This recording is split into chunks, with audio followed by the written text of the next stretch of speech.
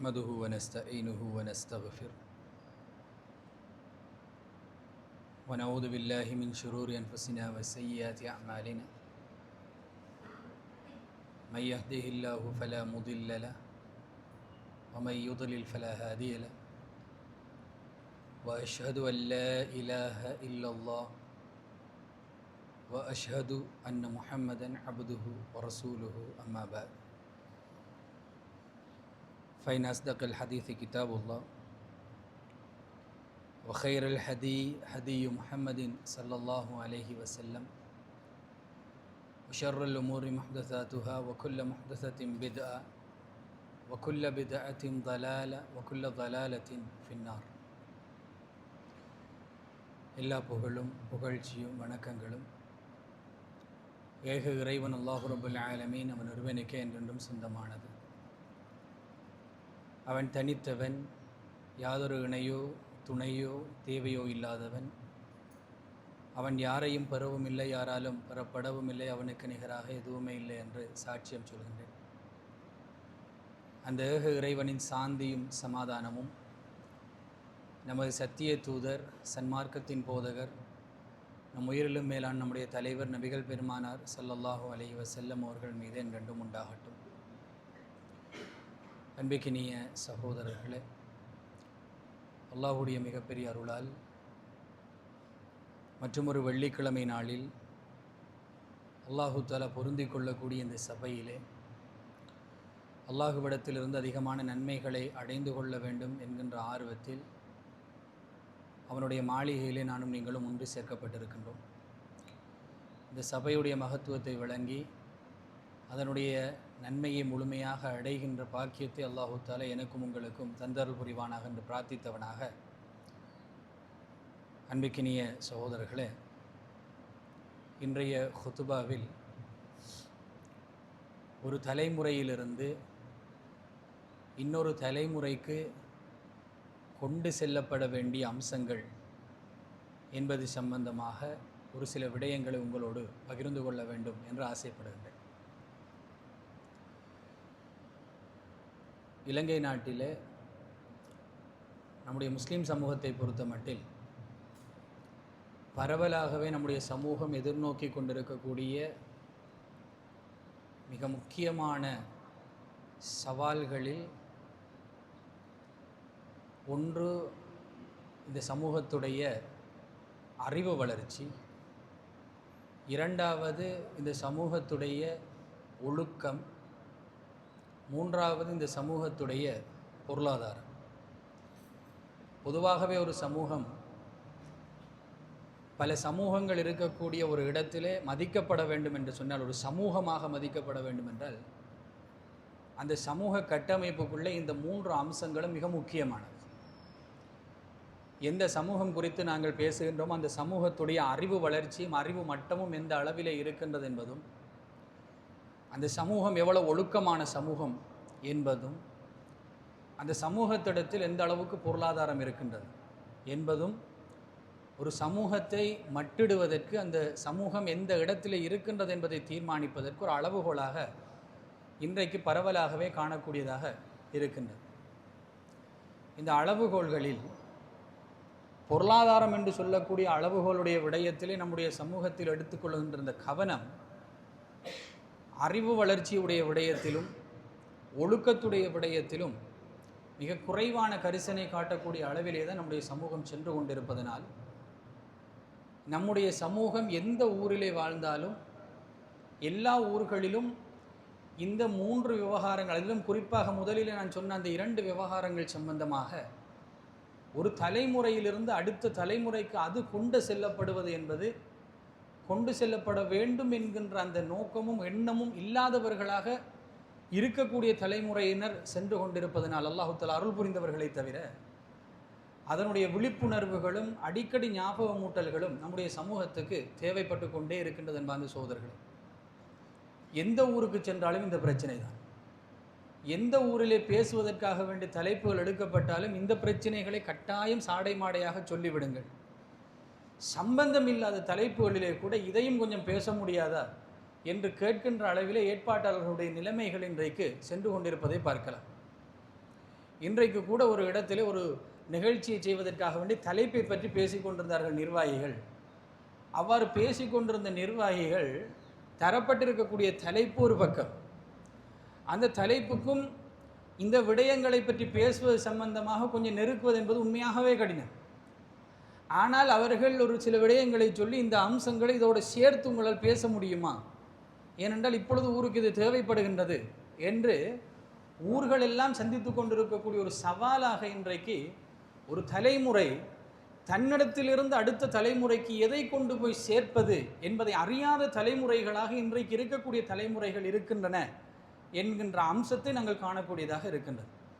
எனவே சகோதரர்களே, நாங்கள் ஒரு தலைமுறையினராக இன்றைக்கு இருக்கக்கூடிய நம்முடைய தலைமுறை ஒரு தலைமுறையாக அடுத்த தலைமுறைக்கு எதை நாங்கள் கொண்டு போய் சேர்க்க வேண்டும் என்பதை புரிந்து கொள்ள வேண்டும் என்பதற்காக வேண்டி ஒரு சில செய்திகளை உங்களிடத்தில் ஞாபகப்படுத்துகின்றேன். அன்பிக்கினிய சகோதரர்களே, ஒரு தலைமுறையிலிருந்து இன்னொரு தலைமுறைக்கு சில நலவுகள் கொண்டு போய் சேர்க்கப்படுகின்ற நேரம் தனிநபராக எடுக்கப்படுகின்ற முயற்சிகளும் உண்டு, பள்ளிவாசல் மட்டங்களில் எடுக்கப்படுகின்ற முயற்சிகளும் உண்டு, ஊர் மட்டங்களிலே எடுக்கப்படுகின்ற முயற்சிகளும் உண்டு. எடுக்கத்தான் வேண்டும், ஊர் மட்டங்களிலே எடுக்க வேண்டும். சில சந்தர்ப்பங்களில் நாடளாவிய ரீதியில் நாங்கள் சிந்தித்து அடுத்த தலைமுறைக்கு கொண்டு போய் சேர்க்க வேண்டிய அம்சங்களும் இருக்கின்றது. ஆனால் கொள்கை பேசக்கூடிய நாங்கள் கொஞ்சம் எல்லாரும் சேர்ந்து சிந்திப்பதை போன்று நாங்கள் சிந்திக்காமல் உலகத்தை மாத்திரம் லாபமாக கொண்டு உலகத்திலே அடுத்த தலைமுறைக்கு நாங்கள் எதை கொண்டு போய் சேர்ப்பதன் மூலமாக அடுத்த தலைமுறையை நம்மால் உலகத்தில் காப்பாற்ற முடியும் என்பதை மாத்திரம் நாங்கள் மட்டுப்படுத்தி கொள்ளாமல் உலகத்திலும் சிறப்பு மறுமையிலும் சிறப்பை நமக்கு ஏற்படுத்தக்கூடிய என்னென்ன அம்சங்களை இந்த தலைமுறையிலிருந்து அடுத்த தலைமுறைக்கு நாங்கள் கொண்டு போய் சேர்க்க வேண்டும் என்பது சம்பந்தமாக நாங்கள் யோசிக்க வேண்டும். ஒரு சில விடயங்கள் ஊர் மட்டத்திலே நாங்கள் எடுக்க வேண்டிய நடவடிக்கைகள் என்று இருக்கின்றது. தனிப்பட்ட முறையில் அது எதையுமே நம்மால் செய்து முடிக்க முடியாது. ஊரே ஒன்று சேர்ந்தால் தான் அதை செய்யலாம் என்கின்ற அளவிலே சில விடயங்கள் இருக்கின்றது. ஒரு உதாரணத்துக்கு உங்களுடைய ஊரில் இருந்து ஒரு எடுத்துக்காட்டை சொல்வதாக இருந்தால், இன்றைக்கு நீங்கள் வியாபாரம் செய்யக்கூடிய இந்த வியாபார தளங்கள் எத்தனை மணிக்கு ஆரம்பிக்கின்றது எத்தனை மணிக்கு முடிகின்றது என்கின்ற நிலைமை தெரியாத ஒரு நிலைமையில் இருந்ததனால் காலையில் எந்த நேரத்திலையும் எழும்பலாம், 12 மணிக்கு சாப்பிடலாம், காலை சாப்பாடு, பகல் சாப்பாடு இல்லாமலும் இருந்துடலாம், 1 மணிக்கு 2 மணிக்கு பஜாருக்கு போனால் போதும், கிடைக்கிற நேரத்தில் வியாபாரம் செய்யலாம், மகரிபு தொழுகை இஷாவுடைய தொழுகை அதெல்லாம் கணக்கு கிடையாது, எந்த நேரத்திலும் வியாபாரம் பண்ணலாம், இரவு 8 மணி 9 மணிக்கு கூட வியாபாரிகள் வருவார்கள், அதை நாங்கள் வியாபாரம் செய்கின்றோம் என்கின்ற நிலைமையை ஏற்படுத்தி கொள்ளலாம். நேரம் சென்று வீட்டுக்கு வந்து தூங்கினால் கூட பிரச்சனை கிடையாது, நாளைக்கும் அதே ரூட்டினில் போகலாம் என்கிற நிலைமையில் இருந்ததனால் சில இளைஞர்கள் இன்றைக்கு வரக்கூடிய நவீன புதிய வியாபாரிகள் எல்லாம் அவர்களுடைய அந்த ருட்டீன் அந்த ஷெட்யூல் எல்லாம் மிக மோசமான ஒரு நிலைமையிலே போவதையும் குடும்ப வாழ்க்கையில் ஏற்படக்கூடிய சில பின்னடைவுகளையும் இந்த ஊரில் இருந்த சில பிரமுகர்கள் ஒன்று சேர்ந்து இதை நாங்கள் இப்படி விட்டுவிடக்கூடாது, இதற்கு ஒரு ரெகுலேஷன் கொண்டு வர வேண்டும் என்று நீங்கள் எடுத்த முடிவு காலையிலே 9 மணிக்கு தொடங்க வேண்டும், மாலை 3 மணிக்கு முடித்து விட வேண்டும், அதற்குள்ளே வியாபாரத்தை நாங்கள் செய்து கொள்வோம் என்று பஜார்களில் அந்த நிலைமைகளை கொண்டு வந்தனுடைய விளைவை யோசித்து பாருங்கள். காலையில் 9 மணிக்கு வர வேண்டும் என்பதற்காக வேண்டி இரவு 12 மணிக்கு முன்னால் தூங்க வேண்டும் என்கின்ற ஒரு நிலைமை வந்துவிட்டது. காலையில் 9 மணிக்கு ஆரம்பித்து 3 மணிக்கு முடிக்கலாம் என்பதனால் இரவு நேரத்திலே தான் கட்டாயம் விளையாடுவதற்காக வேண்டி ஃபுட்சால் செல்ல வேண்டும், அங்கு செல்ல வேண்டும் என்கின்ற நிலைமை கிடையாது. ஈவினிங்கில் விளையாட வேண்டும் என்ற முடிவெடுத்தால் கூட ஈவினிங்கில் விளையாடுவதற்கு கூட நேரம் வந்துவிட்டது. ஒரு சமூகமாக சேர்ந்து ஒரு ரெகுலேஷனை கொண்டு வந்த உடனேயே அந்த ரெகுலேஷனுக்கு எல்லோரும் கட்டுப்பட வேண்டும் என்கின்ற ஒரு நிலைமை வந்து விட்டது என்று சொன்னால் இந்த தலைமுறையிலிருந்து அடுத்த தலைமுறைக்கு சில நலவுகளை கொண்டு போய் சேர்ப்பது இலகுவாகி விடுகின்றது. எனவே ஒரு சமூகமாக நாங்கள் எடுக்க வேண்டிய சில முடிவுகள் இருக்கின்றதை தனி மனிதனாக எடுக்க முடியாது. நீங்களும் நானும் சேர்ந்து எடுக்கின்ற முடிவு மூலமாக அதை நாங்கள் மாற்ற முடியாது. அது ஒரு சமூகமாக சேர்ந்து தான் மாற்ற வேண்டும். நான் ஒரு ஊருக்கு போயிருந்தேன். அந்த ஊரிலே நிலைமை எப்படி என்று சொன்னால் தெருவுக்கு தெருவு பிரீமியர் லீக், ஒவ்வொரு தெருவிலும் பிரீமியர் லீக் நடைபெறும். அந்த தெருவுக்கு எந்த ஸ்போர்ட்ஸ் விருப்பமோ அந்த ஸ்போர்ட்ஸை வைத்துக்கொண்டு பிரீமியர் லீக் நடைபெறும். அந்த தெருவுடைய பேர் தான் முதலாவது இடம்பெறும், அதற்கு பின்னால் பிரீமியர் லீக் PL என்கின்ற பேரை போடுவார்கள். உதாரணத்துக்கு அந்த ஊரிலே ஹிஜ்ரா மாவத்து என்று ஒரு இடம் இருக்குமாக இருந்தால் அந்த ஹிஜ்ரா மாவத்துக்கு ஒரு HPL ஒன்று நடைபெறும். ஹிஜ்ரா மாவத்தை பிரீமியர் லீக் என்று சொல்லி அது ஒரு பிரீமியர் லீக் நடைபெறும். அதுபோன்று என்னென்ன தெருக்கள் எல்லாம் இருக்கின்றதோ எல்லா தெருக்களுக்கும் பிரீமியர் லீக் ஆரம்பித்து விட்டது.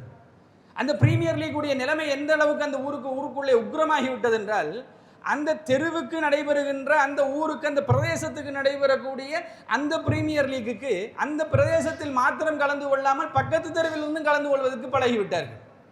அதனுடைய விளைவு எப்படி என்று சொன்னால், இந்த தெருவிலே நடப்பதற்கு மற்ற தெருவில் இருப்பவர்களும் கலந்து கொள்வார்கள், அடுத்த தெருவுக்கு இந்த தெருவும் போய் சேரும். கடைசியில் 365 நாளும் ஊரிலே விளையாட்டு மாத்திரம்தான் மிச்சம். படிக்கின்ற பிள்ளைகளுக்கு படிக்க முடியாது, படிப்பதற்கான சூழல் கிடையாது, பாடசாலை செல்வதற்கு எண்ணம் கிடையாது, இரவிரவாக பிராக்டிஸ், காலையும் மாலையும் என்று அவர்களுடைய ருட்டீன் எல்லாம் மாறிவிட்டது. ஊராக சேர்ந்த ஒரு முடிவெடுக்கின்றார்கள், இதற்கு பின்னால் தெரு தெருவாக பிரீமியர் லீக் நடத்த முடியாது. ஊர் பிரமுகர்கள், ஒவ்வொரு தெருவிலும் உரிய பிரமுகர்கள் எல்லாம் உண்டாக சேர்க்கப்பட்டு அந்த ஊரிலே ஒரு முடிவெடுக்கின்றார்கள், வருஷத்துக்கு ஒரு பிரீமியர் லீக், அதுவும் மொத்தமாக ஒரு கிரவுண்டிலே தான் நடைபெறும், அந்த பிரீமியர் லீக்கிலே தான் எல்லோரும் கலந்து கொள்ள வேண்டும் என்று ஊராக சேர்ந்து எடுத்த ஒரு முடிவு. குறைந்தது 12 மாதம் இருந்த அந்த பிரீமியர் லீக் கலாச்சாரம் ஒரு மாதத்துக்காவது சுருக்கப்படுகின்றது. மற்ற 11 மாதங்களும் அந்த பிள்ளைகளுக்கு அவர்களுடைய அலுவல்களையும், படிக்கின்ற பிள்ளைகளுக்கு படிப்பிலே கன்சென்ட்ரேட் பண்ணுவதற்கும் அவர்களுக்கு ஒரு காலம் கிடைக்கின்றது. எனவே ஒரு தலைமுறை மொத்தமாக சேர்ந்து அடுத்த தலைமுறைக்கு கொடுக்க வேண்டிய அம்சங்கள் என்று ஒரு சில அம்சங்கள் இருக்கின்றது. அதே நேரத்தில் பள்ளிவாசல்களாக நாங்கள் திட்டமிட்டு ஒரு தலைமுறையில் இருந்து அடுத்த தலைமுறைக்கு கொண்டு போய் சேர்க்க வேண்டிய அம்சங்கள் என்றும் இருக்கின்றது. இன்றைக்கு நம்முடைய சமூகத்திலே தலைமுறையாக எதை நாங்கள் அடுத்த தலைமுறைக்கு கொண்டு போய் சேர்ப்பதற்கு பழகி இருக்கின்றோம் அல்லது முன்னுரிமை கொடுக்கின்றோம் என்றால், பொருளாதாரத்தை நம்முடைய சமூகத்திலே ஒரு தலைமுறையிலே எப்படியாவது சேமித்து நம்முடைய பிள்ளைகளுக்கு அந்த பொருளாதாரத்தை கொண்டு போய் சேர்க்க வேண்டும் என்பதில் மிக கவனம் எடுக்கின்றோம். நம்மிடத்தில் பொருளாதாரத்தை நாங்கள் சேர்க்கின்றோம். இதில் எத்தனை பேர் நீங்கள் மட்டும் சாப்பிடுவதற்காக வேண்டி பொருளாதாரம் சேர்க்கின்றீர்கள்?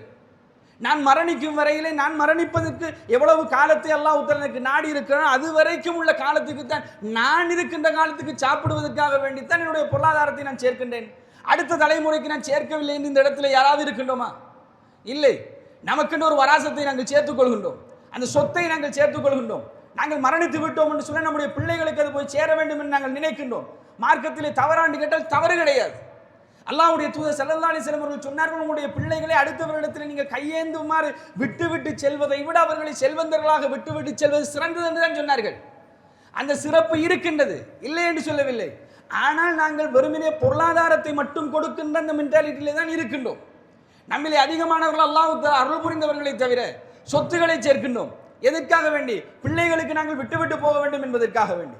பொருளாதாரத்தில் நம்முடைய பிள்ளைகள் ஸ்ட்ரென்த்தாக இருக்க வேண்டும். அடுத்த தலைமுறைக்கு நாங்கள் நம்முடைய செல்வத்திலே நாங்கள் விட்டு போக வேண்டும். வீட்டிலே ஒரு வாகனத்துக்கு 3 வாகனம் நிற்கின்றது.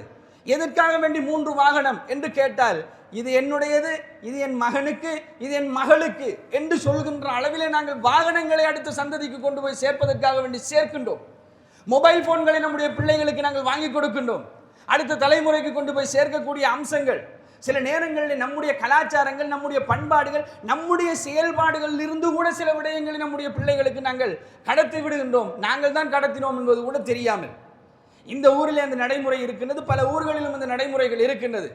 இரவு நேரங்களில் நண்பர்களோடு சேர்ந்து பேசிக் கொண்டிருக்கக்கூடிய கலாச்சாரம். பஜார் அடிக்கிறண்டு இங்கே நீங்கள் பேர் வைத்திருக்கின்றீர்கள், ஒவ்வொரு ஊரில் ஒவ்வொரு பேர் வைப்பார்கள். ஒவ்வொரு இடத்திலே இருந்து பஜார் அடித்துக் கொண்டு இருப்பது, இந்த பஜார் அடிக்கின்ற கலாச்சாரத்தை கூட நாங்கள் நம்முடைய இந்த தலைமுறையிலிருந்து அடுத்த தலைமுறைக்கு நாங்கள் கொடுக்கின்றோம். நம்முடைய பிள்ளைகளும் பஜார் அடிப்பதற்கு பழகுகின்றார்கள். வாப்பா எங்க பஜார் அடிப்பதற்கு போயிருக்கின்றார், எத்தனை மணி நேரம்? 11 மணி. பிள்ளையுடைய உள்ளத்திலே ஒரு அனுமதி தானாகவே கிடைக்கின்றது. வாப்பா சொல்லி தந்த கலாச்சாரம் இது, தந்தை இடத்திலிருந்து வந்த ஒரு கலாச்சாரம். எனவே முன் தலைமுறையிலிருந்து எங்களுக்கு கிடைத்த தலைமுறைக்கு கிடைத்த ஒரு அம்சமாக இந்த பஜார் அடிப்பதை நாங்கள் எடுத்துக்கொள்கின்றோமா இல்லையா? இப்பொழுது பஜார் அடிப்பவர்களுடைய நிலைமையை கூட நீங்கள் யோசித்து பாருங்கள். உங்களுக்கு யாரும் முன்மாதிரி என்று கேட்டால் உங்கள் முன்னோர்களை தான் நீங்கள் சொல்லுவீர்கள். உங்களுக்கு முன் சென்ற அந்த தலைமுறையை தான் நீங்கள் சொல்லுவீர்கள். தலைமுறையாக பஜார் அடிப்பதை நாங்கள் கடத்தி கொண்டிருக்கின்றோம். பொருளாதாரத்தை கடத்தி கொண்டிருக்கின்றோம், வாகனங்களை கடத்தி கொண்டிருக்கின்றோம், நம்மிடத்தில் இருக்கின்ற வசதி வாய்ப்புகளை கடத்தி கொண்டிருக்கின்றோம். ஆனால் ஒரு சமூகம் முன்னேறுவதற்கும், ஒரு சமூகம் உருப்படுவதற்கும், ஒரு சமூகம் தலை தூக்கி நிற்க வேண்டும் என்றால் அதனிடத்தில் இருக்க வேண்டிய மிக முக்கியமான அம்சமாக இருக்கக்கூடிய அறிவையும் ஒழுக்கத்தையும் ஒரு தலைமுறையிலிருந்து இன்னொரு தலைமுறைக்கு கொண்டு செல்வதை நாங்கள் தவற விட்டு விட்டோம் என்பார்ந்த சகோதரர்களே. முதலாவது நாங்கள் கவனம் எடுக்க வேண்டிய அம்சமாக இது இருக்க வேண்டும் என்பதற்காக வேண்டி இந்த குத்துபாவிலே நம்முடைய தலைமுறையிலிருந்து அடுத்த தலைமுறைக்கு கொண்டு செல்லப்பட வேண்டிய, அது தனி மனித ரீதியாக எடுக்கப்படுகின்ற முயற்சியாக இருந்தாலும், பள்ளிவாசல்கள் ரீதியாக எடுக்கப்படுகின்ற முயற்சியாக இருந்தாலும், ஊர் மட்டத்திலே எடுக்கப்படுகின்ற முயற்சியாக இருந்தாலும், ஒரு தலைமுறையிலிருந்து அடுத்த தலைமுறைக்கு கொண்டு போய் சேர்க்கப்பட வேண்டிய மிக முக்கியமான அம்சமாக இந்த அறிவும் அதே நேரத்தில் கலாச்சாரமும் ஒழுக்கமும் நம்மிடத்திலே பார்க்கப்பட வேண்டும் என்பதற்காக வேண்டிய ஒரு சில செய்திகளை உங்களிடத்தில் ஞாபகப்படுத்துகின்றேன். அன்பிற்கினிய சகோதரர்களே, நாங்கள் நினைத்து கொண்டிருக்கின்றோம் பொருளாதாரம் இருக்கின்றது, இந்த பொருளாதாரத்தின் மூலமாக நிறைய நாங்கள் சாதிக்கலாம் என்று. சில நேரங்களில் இந்த இடத்தில் இருக்கக்கூடிய சகோதரர்களுக்கு நம்முடைய நாட்டுடைய கலாச்சாரத்திலே அமைந்த கல்விதான், உலக ரீதியான கல்விதான், உலக ரீதியாக நாங்கள் எடுத்துக்கொண்ட கல்விதான். ஆனால் உலக கல்வி மார்க்க கல்வி என்பது மார்க்கத்திலே கிடையாது. உலக ரீதியாக நாங்கள் எடுத்துக்கொண்ட கல்விதான், உலகத்திலே லாபம் அடைய வேண்டும் என்று நாங்கள் எடுத்துக்கொண்ட கல்விதான் உலக கல்வி அல்லது பாடசாலை கல்வி. இந்த பாடசாலை கல்வியுடைய விவகாரத்திலே நம்மிலே அதிகமான பெற்றோர்களுடைய உள்ளத்திலே இருப்பது கூட ஓலெவல் வரை படித்தால் போதும். ஒரு ஆண் பிள்ளையாக இருந்தால் ஓலெவல் வரை படித்தால் போதும். அந்த ஓலெவலை முடித்து விட்டான் என்று சொன்னால் அவன் பஜாருக்கு இறங்கினால் சரி, அந்த பஜாருக்கு இறங்கி அவன் வியாபாரத்தை பழகிக்கொண்டு அந்த வியாபாரத்தை எப்படியாக அவன் செய்ய வேண்டும், பொருளாதாரத்தை ஈட்ட வேண்டும். கொஞ்சம் அடுத்த கட்டத்தையும் படித்து அதற்கு அடுத்த கட்டத்தையும் படித்து வரலாமே என்கின்ற நிலையெல்லாம் கிடையாது. நீங்கள் தொழிலை பழகுகின்ற நேரத்தில் இந்த இடத்திலே ஒரு 50 வயது அல்லது 60 வயது நிரம்பிய நிலைமையிலே ஒருவர் இருக்கின்றீர்கள். நீங்கள் ஒரு 15 16 வயதிலே நீங்கள் தொழிலுக்கு வருகின்ற நிலைமை இருந்ததென்றால், அந்த காலத்தில் நீங்கள் செய்யக்கூடிய ஜெம்மோடு சம்பந்தப்பட்ட இந்த ஜெம்மோலஜி என்கின்ற அந்த துறையே இருக்கவில்லை. அன்றைக்கு ஒரு கல்லை, அந்த கல்லை கொண்டு நீங்கள் வியாபாரம் பண்ணுவதற்கு 4 பேரிடத்தில் எடுத்த அனுபவங்களை கொண்டு நீங்கள் வியாபாரத்தை ஆரம்பித்தீர்கள். அந்த வியாபாரத்தின் மூலமாக அனுபவத்தை பெற்றீர்கள். ஆனால் இன்றைக்கு இருக்கக்கூடிய உலகம் அந்த ஜெம்மிலே கூட ஜெம்மோலஜி என்று சொல்லக்கூடிய ஒரு துறையை உருவாக்கி இருக்கின்றது. அதிலே ஒரு கல்வி இருக்கின்றது, அதிலே நிறைய நுணுக்கங்கள் இன்றைக்கு இருக்கின்றது. அந்த நுணுக்கங்களில் இன்றைக்கு அதன் மூலமாக ஒரு மிகப்பெரிய ஒரு மார்க்கெட் இருக்கின்றது. குறைந்தது இந்த மார்க்கெட்டையாவது நம்முடைய பிள்ளைகள் ஒரு சர்டிபிகேட் மூலமாக அடைந்து அதனுடைய அறிவை அடைந்து விட்டு வருவார்களான்னு பார்த்தால், அந்த ட்ரெடிஷனல் மெத்தடிலேயே இன்றைக்கும் அந்த வியாபாரத்தை செய்து கொண்டு செல்வதைத்தான் நாங்கள் பார்க்கின்றோம். அதற்குள்ளே வருவதற்கு முயற்சி எடுப்பதைத்தான் பார்க்கின்றோம். அதிலே போட்டி போட்டுக்கொள்ள முடியாமல் போட்டியின் மூலமாகத்தான் நாங்கள் முன்னேற முடியும் என்கின்ற அந்த மென்டாலிட்டி இன்றைக்குமே இல்லாத அளவிலே இந்த துறையிலே கூட இன்றைக்கு கலப்படங்களையும் நிறைய பொய்களையும் நிறைய பித்தலாட்டங்களையும் நிறைய ஏமாற்றங்களையும் கொண்டு வந்து சேர்த்திருக்கின்றதா இல்லையா? அன்றைக்கு ஒரு கல்லை கொடுக்கின்ற நேரத்தில் நம்பிக்கையோடு கொடுப்பீர்கள், பதிந்து கொள்வது கூட கிடையாது. மார்க்கத்திலே தவறு, பதிந்து கொள்ள வேண்டும் கட்டாயம், ஆனால் பதிந்து கொள்வது கூட கிடையாது. கையிலே கொடுத்து அனுப்பினால் அது ஒன்று வியாபாரத்துக்கு போயிருந்தால் வியாபாரம் முடிந்து வரும், தேய்ப்பதற்கு போயிருந்தால் தேய்த்து விட்டு வரும், பட்டை தீட்டுவதற்கு போயிருந்தால் பட்டை தீட்டி விட்டு அந்த கல் திரும்பி வரும், வேற கல் வராது, ஏமாற்ற மாட்டார்கள் என்கின்ற நம்பிக்கை இருந்தது. இன்று உண்டா அந்த நம்பிக்கை? இல்லாத ஒரு நிலைமையிலே இந்த வியாபாரம் கூட அடுத்த தலைமுறைக்கு கடத்தப்படுகின்றது என்பது சகோதரர்களே.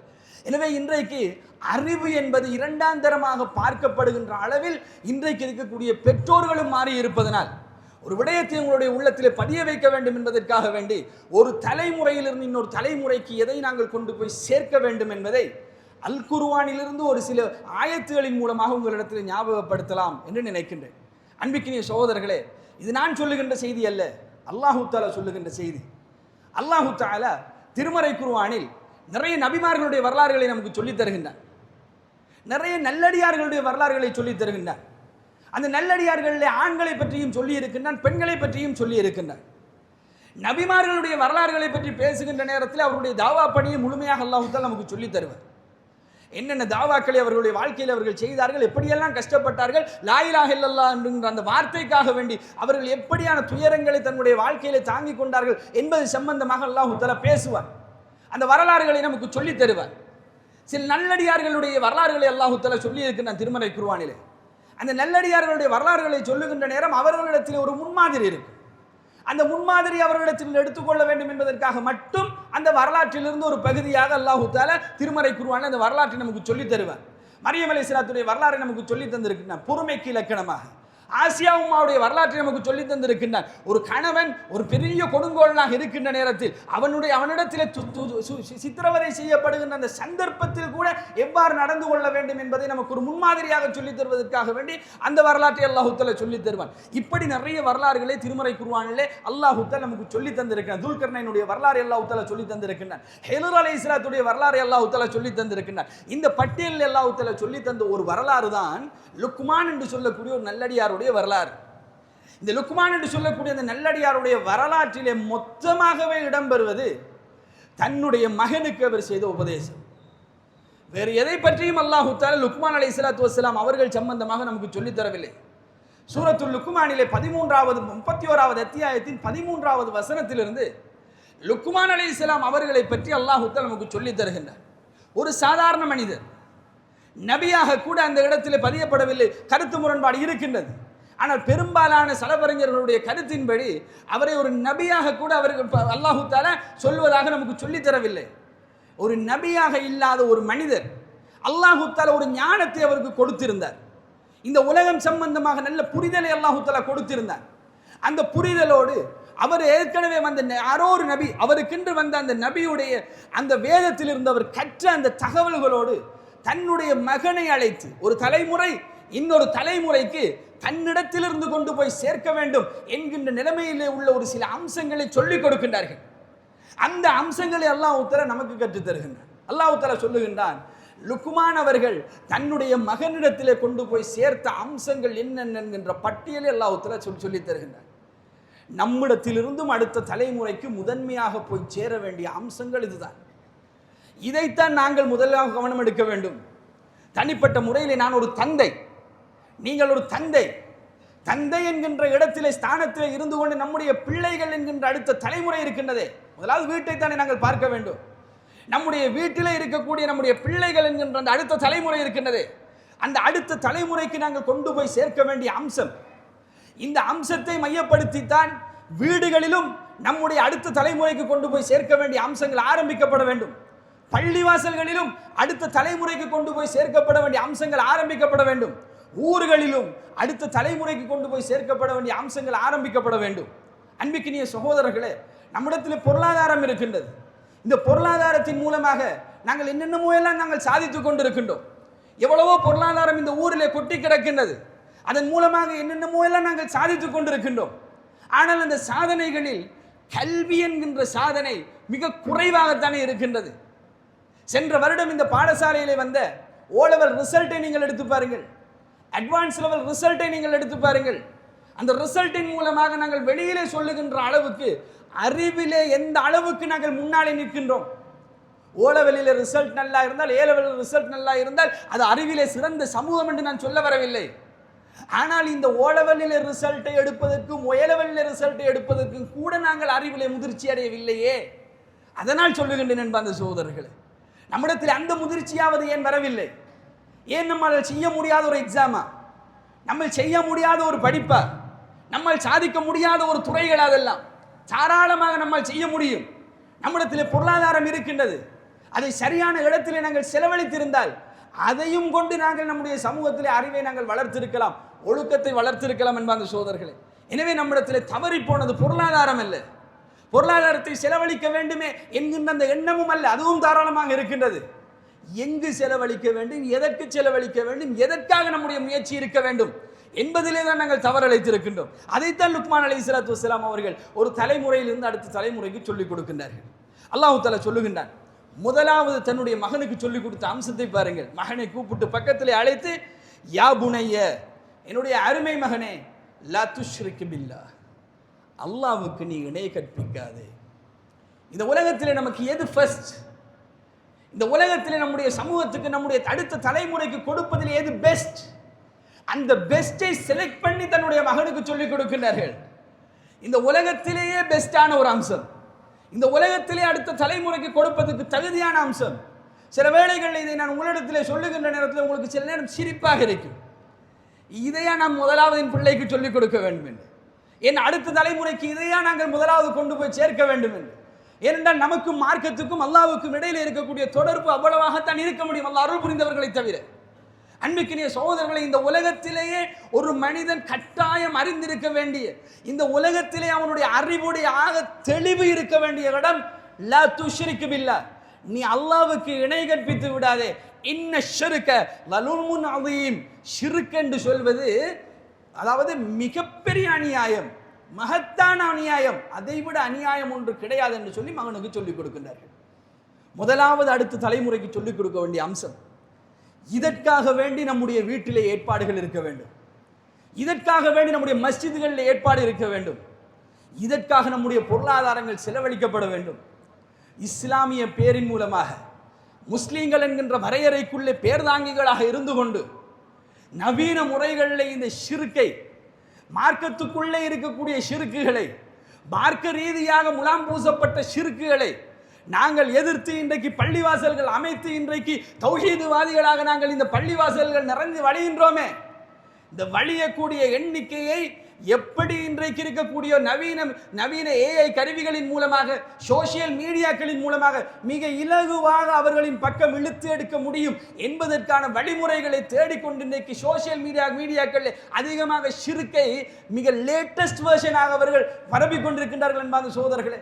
மிக இலகுவாக மக்கள் வழங்குகின்ற விதமாக ஷிர்கை, அதில் இருக்கக்கூடிய தப்பெண்ணத்தை இல்லாமல் பண்ணுகின்ற விதமாக, அவர்களுக்கு தோன்றிய விதத்திலே, அவர்களுக்கு விரும்பிய விதத்திலே வித்தியாசமான காட்சிகளை அமைத்து, வித்தியாசமான தோரணைகளை அமைத்து, ஹதீதுகளுக்கு திரிபடைந்து விளக்கங்களை கொடுத்து, அந்த விளக்கங்களின் மூலமாக மக்களுடைய உள்ளத்திலே பதிய வைத்து, அதன் மூலமாக இன்றைக்கு இருக்கக்கூடிய இளைஞர்களை டார்கெட் பண்ணி, ஏனென்றால் அவர்களுக்கு நன்றாக தெரியும் தௌஹீது சமூகத்தில், குர்ஆன் சுன்னா பேசக்கூடிய சமூகத்தில் ஷிர்கை பற்றின தெளிவு இன்றைக்கு கொடுக்கப்படுவது கிடையாது. எனவே அவர்களுக்கு சம்பந்தமான தெளிவு கிடையாது. எனவே மாற்று விளக்கங்களை கொடுத்து நம்முடைய பக்கம் நாங்கள் இழுத்தெடுக்க முடியும் என்கின்ற நம்பிக்கையில், அந்த நம்பிக்கை வீண் போகவில்லை அவர்களுக்கு. இன்றைக்கு சில இளைஞர்கள் கேட்கின்ற கேள்விகள் அவர்களை அந்த பக்கம் இழுத்து விடுமோ என்று பயப்பட வைக்கின்ற அளவுக்கு ஷிர்க் இன்றைக்கு மேலோங்கி கொண்டு செல்வதை நாங்கள் பார்க்கின்றோம்.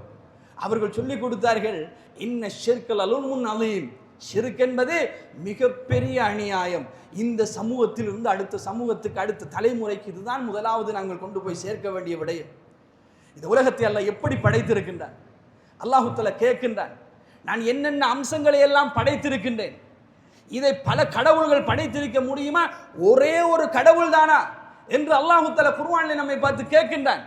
நீங்கள் சிந்தித்து பாருங்கள், இந்த உலகத்துடைய அற்புதங்களை பாருங்கள், எவ்வளவு நுணுக்கமான படைப்புகளை ஏற்படுத்தி இருக்கின்றன என்று பாருங்கள் என்று அல்லாஹ் தஆலா சுற்றி இந்த உலகத்துடைய படைப்புடைய பிரம்மாண்டம் சம்பந்தமாகவும் அதனுடைய நுணுக்கங்கள் சம்பந்தமாகவும் நமக்கு ஞாபகப்படுத்தி, சுப்ஹானஹு அம்மா துஷ்ரிகூன், நீங்கள் எதையெல்லாம் அல்லாஹ்வுக்கு இணை கற்பிக்கின்றீர்களோ அதிலிருந்து அவன் தூய்மையானவன் என்பதை நமக்கு சொல்லித் தருகின்றான் ரப்புல் ஆலமீன்.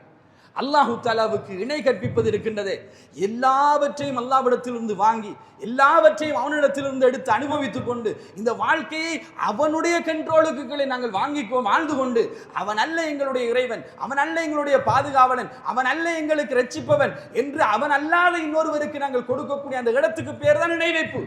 இந்த இணை வைப்பை பற்றி பரவலாக அல்லாஹ் தஆலா குர்ஆனிலே பல இடங்களில் நமக்கு சொல்லித் தருகின்றன அன்பார்ந்த சகோதரர்களே. ஆனால் இந்த இணை வைப்பு சம்பந்தமாக நம்முடைய வீடுகளில் நாங்கள் அதிகமாக பேசுவதே கிடையாது. இணை வைப்பை பற்றி நாங்கள் பேசுகின்றோமா? பிள்ளைகளுக்கு அது ஒரு அநியாயம் என்று நாங்கள் சொல்லிக் கொடுக்கின்றோமா? அதை அநியாயம் என்று சொல்லிக் கொடுக்கின்ற விதமாக வகுப்புகள் இன்றைக்கு பள்ளிவாசல் மட்டங்களில் நடைபெறுகின்றதா? இது எல்லாம் மாற வேண்டும் என்பார்ந்த சகோதரர்களே. ஷிர்க் என்பது எவ்வளவு பெரிய அநியாயம். நம்மை படைத்த ரப்பு யார்? அவன் எப்படி எங்களை பராமரிக்கின்றான்? அவனுடைய ஆட்சிக்கு கீழே நாங்கள் எப்படி வாழ்ந்து கொண்டிருக்கின்றோம்? அவனுடைய ஆட்சியிலே ஒரு துளி அளவு கூட இன்னொருவரால் எடுத்துக்கொள்ளவும் முடியாது, எடுத்துக்கொள்ளவும் மாட்டார்கள். அவ்வளவு பிரம்மாண்டமான ஆட்சி. அந்த ஆட்சியை யாராலும் செய்யவும் முடியாது, அவனுக்கு நிகராக யாரையும் கற்பனை பண்ணவும் முடியாது. அப்படிப்பட்ட அந்த இறைவனை முதலாவது நாங்கள் நம்முடைய பிள்ளைகளுக்கு அறிமுகப்படுத்த வேண்டுமா இல்லையா? அவனுக்கு இணை கற்பிக்கின்ற அந்த பாவத்தை பற்றி சொல்லிக் கொடுக்க வேண்டுமா இல்லையா? லுக்மான் அலைஹிஸ்ஸலாத்து வஸ்ஸலாம் அவர்கள் அடுத்த தலைமுறைக்கு இதைத்தான் கொண்டு போய் சேர்த்தார்கள். சீர்திருத்தம் என்ற உடனே நம்மிடத்திலே முதலாவது ஞாபகத்துக்கு வருவது என்ன? எதை நாங்கள் ஞாபகப்படுத்துகின்றோம்? போதையிலிருந்து தூரமாக வேண்டும். போதைப் பொருள் ஒழிப்பு மாநாடு, அதை செய்கின்றோம். போதைப் பொருள் ஒழிப்பு சம்பந்தமாக பிள்ளைகளுக்கு தகவல்கள். காதல் ஒழிப்பு மாநாடு, பிள்ளைகள் காதல் பயப்பட்டு காதலோடு சம்பந்தப்பட்ட பிரச்சனைகளில் ஈடுபட்டு வீட்டை விட்டு பாய்ந்து போகின்றார்கள். ஊரிலே பெரிய பிரச்சனை. இதற்காக வேண்டி நிகழ்ச்சிகள் நடத்தி, அதற்காக வேண்டி மக்களுக்கு உபதேசங்கள் செய்து, அதன் மூலமாக பிள்ளைகளை அதிலிருந்து கலட்டி எடுக்க வேண்டும் என்று நாங்கள் நினைக்கின்றோம். ஒரு நிகழ்ச்சியின் மூலமாக கழட்டி விடலாம் என்று நினைக்கின்றோம். அப்படியெல்லாம் கலட்ட முடியாது என்ப அந்த சகோதரர்களே. அடிப்படையிலிருந்து நாங்கள் மாற்றத்தை ஏற்படுத்த வேண்டும். இந்த இடத்தில் இருக்கக்கூடிய சில இளைஞர்கள் இருக்கின்றார்கள். என்ன நீங்கள் போராடினாலும் அல்லாஹ்வுடைய அருள் இருக்கின்றது அவர்களுக்கு. என்ன நீங்கள் போராடின, அவர்களும் இளைஞர்கள் தான், போராடினாலும் போதை அவர்களிடத்தில் கொண்டு போய் சேர்க்க முடியாது. என்ன நீங்கள் போராடினாலும் இந்த காதல் விவகாரங்கள் என்று சொல்லப்படுகின்ற இன்றைக்கு உலகம் சொல்லுகின்ற காதல், மார்க்கம் சொல்லுகின்ற காதல் அல்ல. இன்றைக்கு உலகம் சொல்லுகின்றதை காதல், அதையெல்லாம் அவர்களிடத்திலே கொண்டு போய் சேர்க்க முடியாது. ஏன் அவர்களிடத்திலே கொண்டு போய் சேர்க்க முடியாது? வேணுமானால் அவர்களை எடுத்து நீங்கள் பரிசோதித்து பாருங்கள். அவர்களும் ஆண்கள் தான், அவர்களும் இளைஞர்கள் தான், அவர்களும் நினைத்தால் போதையை பயன்படுத்த முடியும், அவர்களும் நினைத்தால் இந்த காதல் என்று சுத்த முடியும், அவர்கள் நினைத்தால் அவர்களுடைய நேரங்களை பழுதாக்க முடியும். ஆனால் அவர்கள் அதை செய்வது கிடையாது. அப்படி செய்யாமல் பண்ணுவதற்கு அவரிடத்தில் என்ன போய் சேர்ந்ததுன்னு யோசித்து பாருங்கள். அக்கீதா தான் அதுக்கு காரணமாக இருக்கும். மார்க்கத்துடைய அடிப்படை தான் அதுக்கு காரணமாக இருக்கும். மார்க்கத்துடைய அடிப்படை கொள்கை தான் அதற்கு காரணமாக இருக்கும். சில இளைஞர்களை நானும் இந்த பள்ளிவாசலில் காண்கின்றேன். மஸ்ஜிதை சுற்றி சுற்றி சுற்றி சுற்றி வருகின்றார்கள். மஸ்ஜிதுடைய காரியங்களிலே தங்களுடைய காலங்களை செலவழிக்கின்றார்கள். ஏன் அவர்களுக்கு நண்பர்கள் இல்லையா? ஏன் அவர்களுக்கு ஆசாபாசங்கள் இந்த உலகத்தில் சொல்லப்படுகின்ற அம்சங்கள் இல்லையா? ஏன் இவர்கள் மஸ்ஜிதை சுற்றி சுற்றி வருகின்றார்கள்? அவர்களிடத்தில் என்ன மாற்றம் ஏற்பட்டது? அந்த மாற்றத்தை எல்லோரிடத்திலும் கொண்டு போய் சேர்த்தால் சரியாக இருக்குமா இல்லையா? சீர்திருத்தம். அவரிடத்தில் வந்த மாற்றம் ஒன்றுமில்லை என்பார்ந்த சோதரர்களே. கொள்கையை விளங்கினார்கள், அடிப்படையை விளங்கினார்கள், அல்லாஹ்வை விளங்கினார்கள், இணை வைப்புடைய பாரதூரத்தை விளங்கினார்கள், இணை வைப்பு நாளை மறுமையிலே எங்கு கொண்டு போய் சேர்க்கும் என்பதை விளங்கினார்கள். அந்த இணை வைப்பை இந்த மார்க்கத்தில் இருக்கக்கூடிய மக்களிடத்திலும் நாங்கள் துடைக்க வேண்டும் என்கின்ற ஆர்வமும் ஆசையும் தான் அவர்களை இதற்குள்ளே முழுமையாக ஈடுபட வைக்கின்றது. எனவே அதுதான் முதலாவது சீர்திருத்தம். அந்த இடத்தில் தான் நாங்கள் கை வைக்க வேண்டும். சின்ன பராயத்திலிருந்து இணை வைப்பை பற்றி சொல்லிக் கொடுக்க வேண்டும்.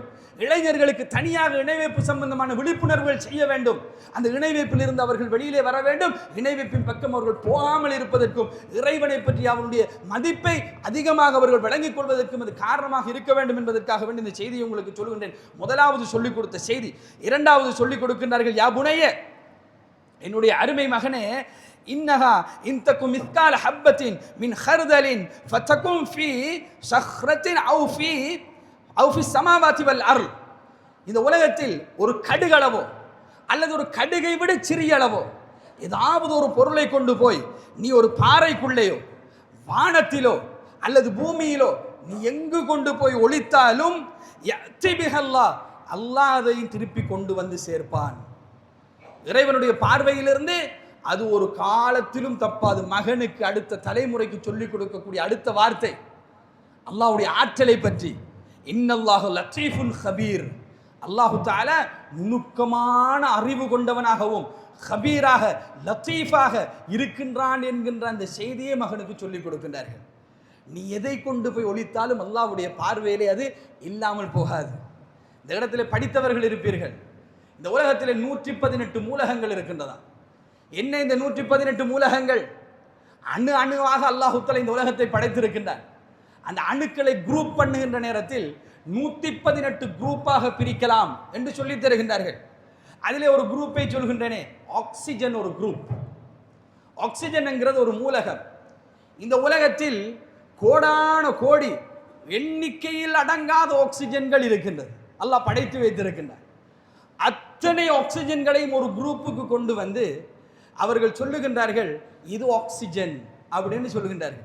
அதை ஐடென்டிஃபை பண்ண வேண்டும் என்றால் அவர்களுக்கு அதற்குள்ளே இருக்கின்ற கருவுக்குள்ளே 8 புரோத்திரங்களை காண வேண்டும்.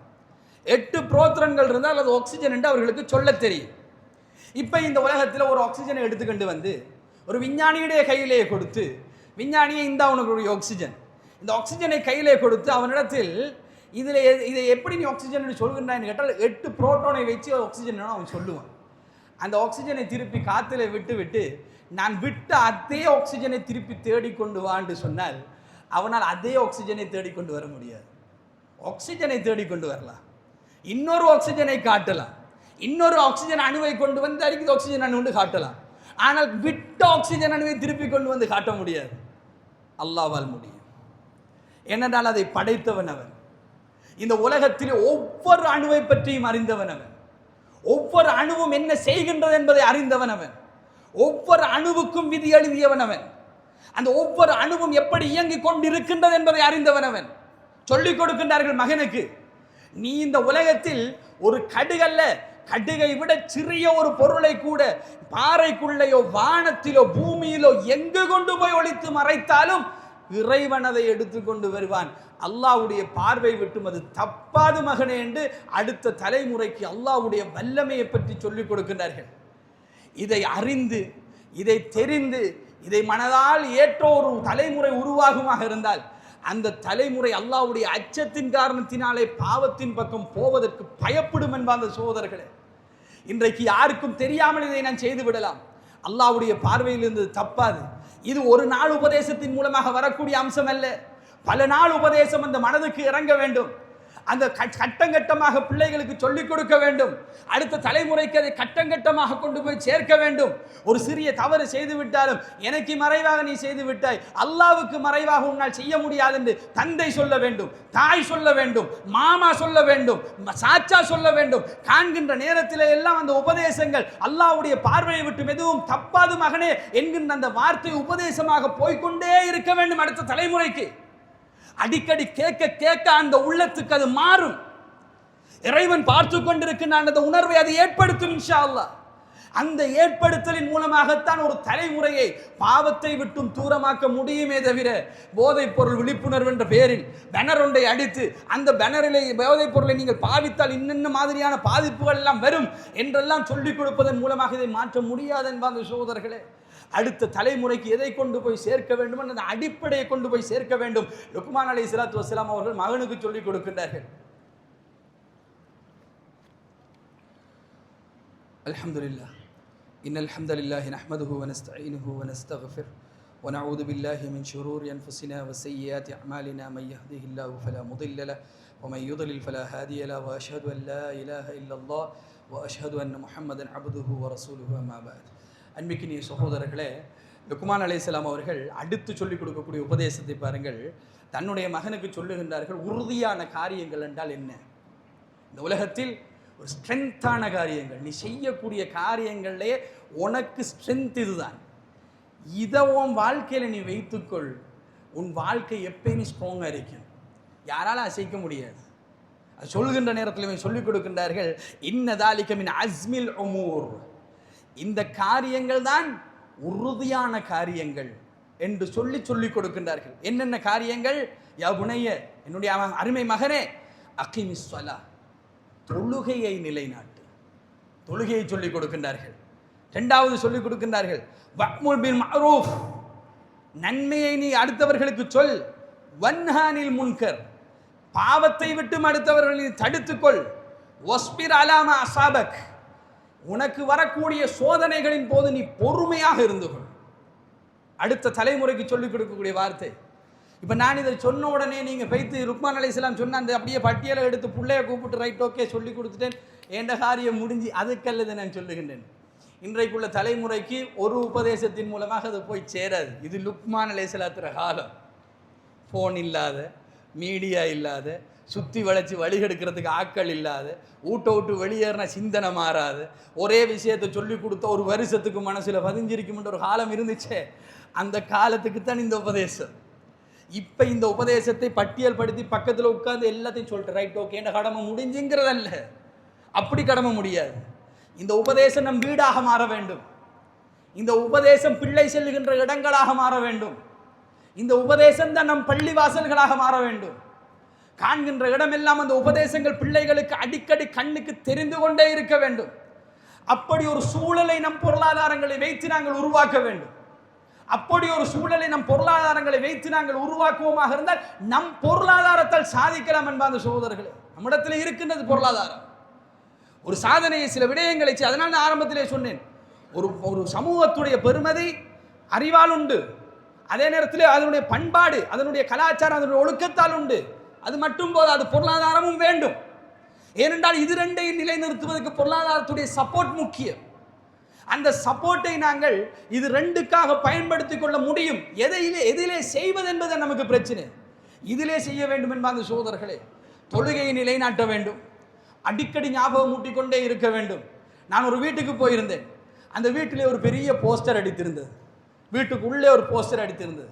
அந்த போஸ்டரிலே அரபியிலே ஹதீஸை போட்டு கீழே ஹதீஸ் போடப்பட்டிருந்தது. நமக்கும் இணை வைப்பாளர்களுக்கும் இடையிலே உள்ள ஒப்பந்தமே தொழுகையை விடுவது தான்.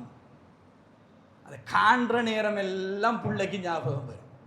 நமக்கும் அந்த உம்மா எப்படி பிள்ளைய பள்ளிக்கு அனுப்புறேன்டால் வாங்க சொல்லிட்டா, ஓ அது கொஞ்சம் வாசிங்க, அதை வாசிக்கிறதுக்கு பிள்ளை தலையை கூட தூக்கல, ஏண்டா வாசிச்சாச்சு ஏற்கனவே.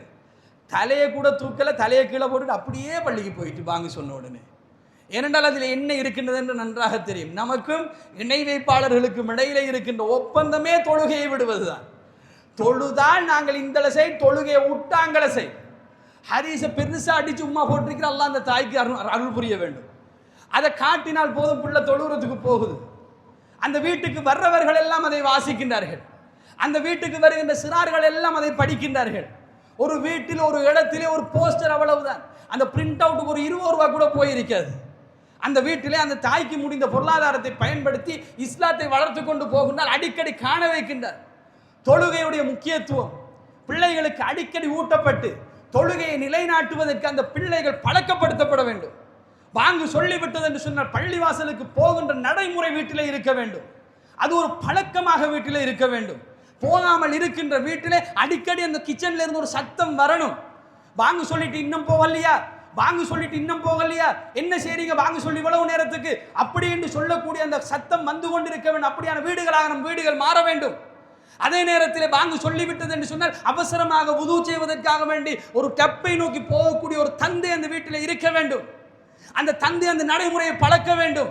வாங்கு சொன்ன உடனே அப்படி எழும்பக்கூடிய ஒரு பழக்கம் அந்த பிள்ளைகளுக்கு இயல்பாக வருவதற்கு அந்த வீட்டு கலாச்சாரம் ஒரு தலைமுறையிலிருந்து அடுத்த தலைமுறைக்கு இது போய் சேர வேண்டும் என்பாங்க சகோதரர்களே. அடுத்த தலைமுறை அதை பார்த்துக் கொள்ளும். சில வேளைகளில் இந்த இடத்துல இருக்கக்கூடிய நிறைய பேர் வாங்கு சொன்ன உடனே இருக்கிற சேர்ல இருந்து எழும்புறதுக்கு காரணம் உங்க வாப்பாவா இருப்பார். என்றால் அவர் எழும்பி எழும்பி பழக்கி பழக்கி உங்களால் அமர முடியாது என்கின்ற நிலைமையில் அவர் ஆக்கியிருப்பார் அந்த பழக்கத்தை. அல்லாஹ் அவர்களுக்கு ரஹ்மத்து செய்ய வேண்டும். அப்படியான நிலைமையை உங்கள் தலைமுறையிலிருந்து அடுத்த தலைமுறைக்கு கொண்டு போய் சேர்க்க வேண்டுமா இல்லையா? எதெல்லாம் சொல்லிக் கொடுத்தார்கள்? நன்மையை ஏவுங்கள், அதுக்கு நன்மை செய்ய வேண்டும். செய்கின்ற நன்மையை ஏவ பழக்க வேண்டும். தீமையை விட்டும் அடுத்தவர்களை தடுக்க வேண்டும். அடுத்தவர்களை தீமையை விட்டு தடுக்கக்கூடியவன் தீமை செய்வதற்கு பயப்படுவான். பிழைகள், பிரச்சனைகள், சோதனைகள் எவ்வளவோ வரும், எவ்வளவோ வருகின்றது என்பாங்க சோதரர்களே. துவண்டு விடக்கூடாது அடுத்த தலைமுறை, விழுந்து விடக்கூடாது அடுத்த தலைமுறை. அவர்கள் இன்றைக்கு எழும்பி நிற்க வேண்டுமா? பொறுமை சொல்லிக் கொடுக்கப்பட வேண்டும். அந்த பொறுமை அவர்களிடத்திலே ஊட்டப்பட வேண்டும். மகனுக்கு சொல்லிக் கொடுக்கின்றார்கள் தந்தையாக இருந்து கொண்டு. அடுத்து எதையெல்லாம் சொல்லிக் கொடுக்கின்றார்கள்? வலா துஸய்யிர் ஹத்தகல் இன்னாஸ் வலா தம்ஷி ஃபில் அர்லி மர்ஹா. நீங்கள் உங்களுடைய முகங்களை மனிதர்களை விட்டு திருப்பி விட வேண்டாம். பூமியிலே கர்வம் கொண்டவர்களாக நடக்க வேண்டாம். பெருமை கூடாது என்பதை சொல்லிக் கொடுத்தார்கள். அடுத்த தலைமுறைக்கு சொல்லிக் கொடுக்கின்றார்கள். இன்றைக்கு நம் தலைமுறையில் இருக்கின்ற பிரச்சனையே அதுதானே. இன்றைக்கு இருக்கக்கூடிய தலைமுறையுடைய பிரச்சனை என்ன?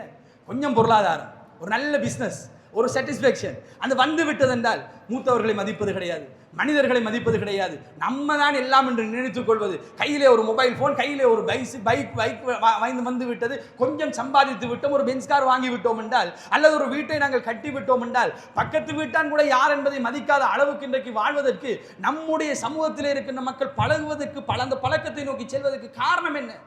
இப்படியான அறிவுரைகள் அவர்களிடத்தில் போய் சேராதுதான். இந்த அறிவுரை அவர்களிடத்தில் போய் சேர வேண்டும். எந்த காலத்திலும் முகத்தை அடுத்தவர்களை விட்டு நீ திருப்பி விடாது. முகத்தை எப்பொழுதும் மக்களோடு வைத்துக்கொள். மக்களை விட்டு நீ கர்வமாக நடந்து விடாதே. இன்னல்லாஹ லா யுஹிப்பு குல்ல முக்தாலின் ஃபகூர். பெருமை அடிக்கக்கூடிய எவனையும் அல்லாஹ் தஆலா நேசிப்பது கிடையாது. அப்படி என்று தன்னுடைய மகனுக்கு சொல்லிக் கொடுக்கின்றார்கள். அடுத்து பாருங்கள், கடைசியாக ஒரு செய்தி. அதாவது மஷ்இக், உன்னுடைய அதாவது இந்த எல்லா விடயத்திலும் உன்னுடைய காரியங்கள் இருக்கின்றதே அதிலே நீ நடுநிலையை பேணிக்கொள். வக்லுல் மின் சௌத்திக், உன்னுடைய பேச்சில் பணிவை நீ ஏற்படுத்திக்கொள். அப்படி என்று மகனுக்கு சொல்லிக் கொடுக்கின்றார். எப்படி? உன்னுடைய செயல்பாடுகளில் நடுநிலையை நீ பேணிக்கொள். ரெண்டுமே குழப்பம். இதை ஆய்வு செய்யக்கூடிய நவீன ஆய்வாளர்கள் கூட சொல்லுகின்றார்கள், இது வெறுமனே நடை மாத்திரமல்ல, வாழ்க்கை அப்படித்தான் இருக்கணும். வாழ்க்கை என்பது ஆக லோலையும் இருக்கக்கூடாது, ஆக ஹைலையும் இருக்கக்கூடாது. எல்லாம் மீடியம் ரேஞ்சில் இருந்தால் தான் எல்லாம் நல்லா இருக்கும்.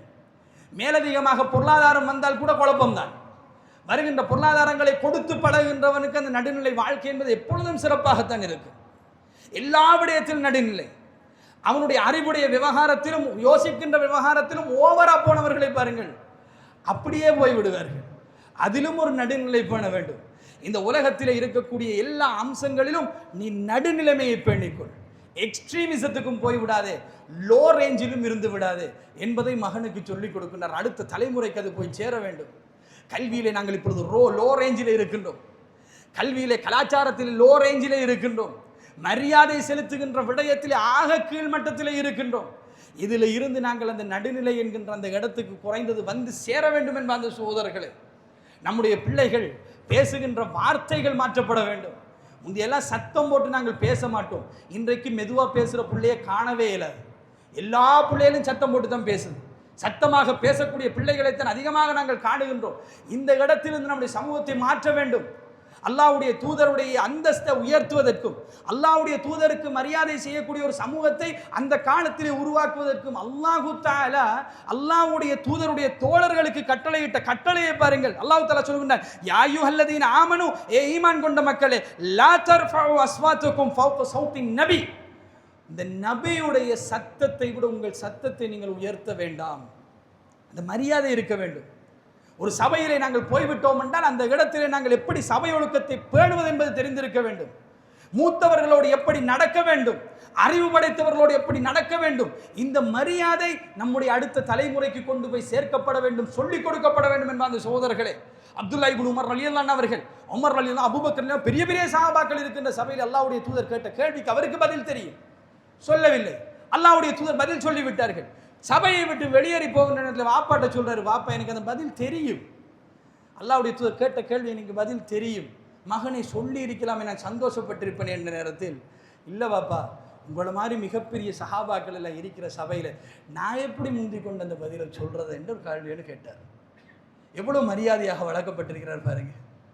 எல்லாரும் இருக்கிற சபையில கேள்விக்கு ஆன்சர் தெரிந்தால் கூட என்னுடைய ஆன்சர் சில வேளைகளில் அவர்களுக்கு மரியாதை குறைவாக இருந்து விடக்கூடாது என்று விட தெரிந்தாலும் மௌனமாக உட்கார்ந்து இருக்கின்ற அளவுக்கு மரியாதை சொல்லிக் கொடுக்கப்பட்டு வளர்க்கப்பட்டார்கள். இன்றைக்கு விடையே தெரியாம கத்திர பிள்ளைகளை தன் பாடசாலைகளில் நாங்கள் காண்கின்றோம். விட தெரிய டீச்சர் கேள்வி கேட்கிறார், கேட்ட கேள்விக்கு அவனுக்கு உண்மையா விட தெரிய, சும்மா எல்லாரோடையும் சேர்ந்து கத்தணும் என்றதுக்காக 10 பேர் சேர்ந்து கத்துறான். அவன் சொன்ன விடைக்கும் அவன் சொல்லுகின்ற வார்த்தைகளுக்கும் கேட்ட கேள்விக்கு எந்த சம்பந்தமும் கிடையாது. அந்த பிள்ளைகளுக்கு மரியாதை என்றால் என்ன என்று தெரியாமல் இன்றைக்கு பிள்ளைகள் வளர்ந்து கொண்டிருக்கின்றார்களே. இது அடுத்த தலைமுறைக்கு கொண்டு போய் சேர்க்கப்பட வேண்டும். இதற்காக வேண்டி நம்முடைய முயற்சிகள் வீடு வீடாக, மஸ்ஜிது மஸ்ஜிதாக அமையுமாக இருந்தால், நம்முடைய காரியங்கள் இந்த அம்சங்களை நம் சமூகத்துக்குள்ளே கொண்டு வருவதற்குரிய முயற்சியாக ஆரம்பமாக இருக்குமாக இருந்தால், ஷிர்க்குக்கு எதிராக அல்லாஹ்வுடைய ஆற்றலை புரிந்து கொள்வதற்காக வேண்டி, உறுதியான காரியங்களை சொல்லிக் கொடுப்பதற்காக வேண்டி, கர்வமில்லாத ஒரு தலைமுறையை உருவாக்குவதற்காக வேண்டி, அடுத்த தலைமுறைக்கு மரியாதையை சொல்லிக் கொடுக்கக்கூடிய போதனைகளாக நம்முடைய போதனைகள் அமையுமாக இருந்தால், அந்த போதனைகளின் மூலமாக அடுத்த தலைமுறை ஒரு தலை சிறந்த தலைமுறையாக நம்மளால் உருவாக்க முடியும். இது நான் சொன்ன கருத்தல்ல, லுக்மான் அலைஹிஸ்ஸலாம் அவர்கள் மூலமாக அல்லாஹ் தஆலா நமக்கு சொல்லித் தருகின்ற பாடம். அல்லாஹ் தஆலா அதை விளங்கி நம்முடைய சமூகத்துக்குள்ள நடைமுறைப்படுத்தக்கூடிய பாக்கியத்தை எனக்கும் உங்களுக்கு நம் சமூகத்துக்கும் தந்தல் புரிவானாக. வ ஆகிர் தவானா அல்ஹம்துலில்லாஹி ரப்பில் ஆலமீன். அகீமிஸ் ஸலாத்.